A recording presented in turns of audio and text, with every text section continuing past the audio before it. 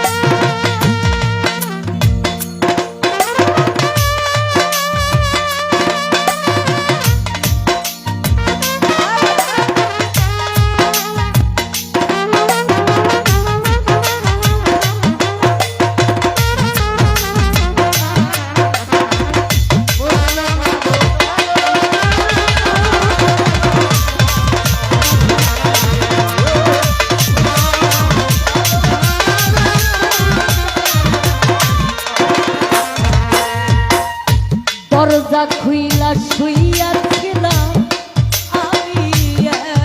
একা ঘরে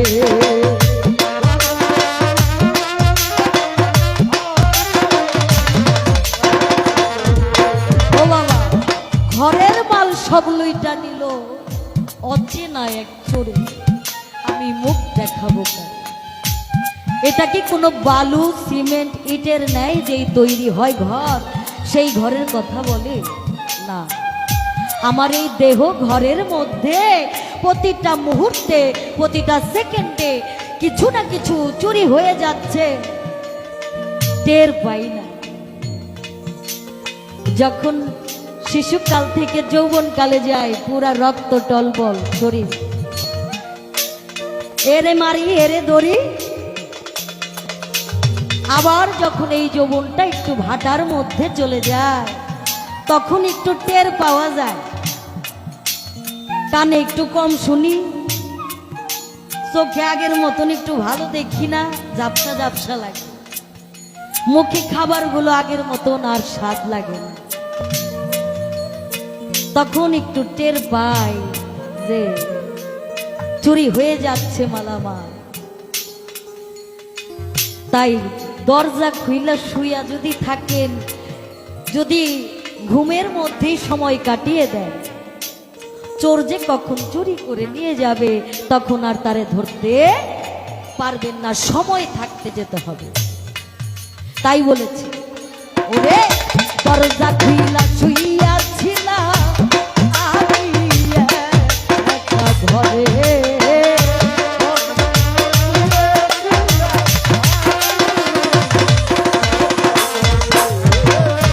দরজা খুইলা শুইয়াছিলা অতরিকার ভাই আমি একা ঘরে, ওরে ধরিতে পারলাম না তারে রাতে, দয়া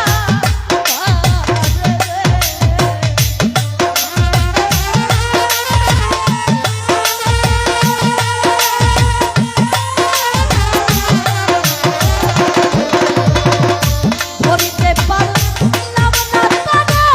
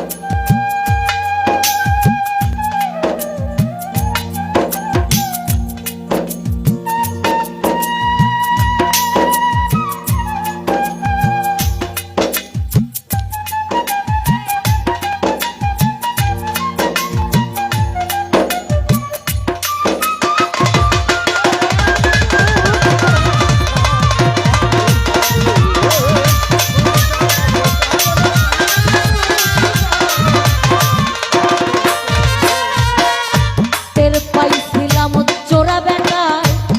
যখন চুরি করে,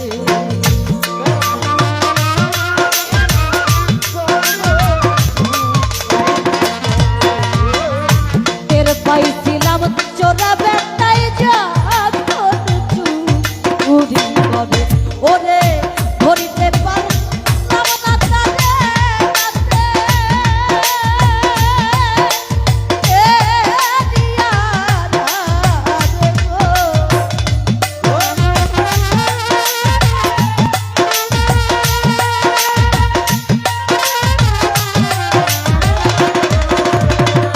ধরিতে পারলাম না তারে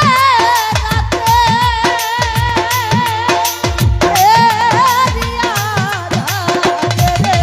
আমি মুখ দেখাবো কারে রে, বল মুখ দেখাবো কারে, মুখ দেখাবো কারে রে, আমি মুখ দেখাবো কারে।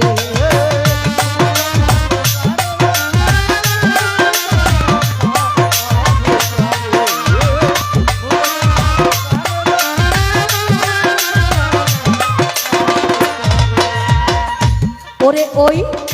চোরার বিচার দিলাম যাইয়া আমার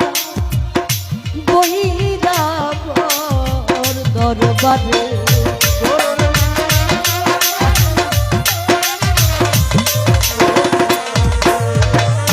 চোরার বিচার দিলাম যাইয়া,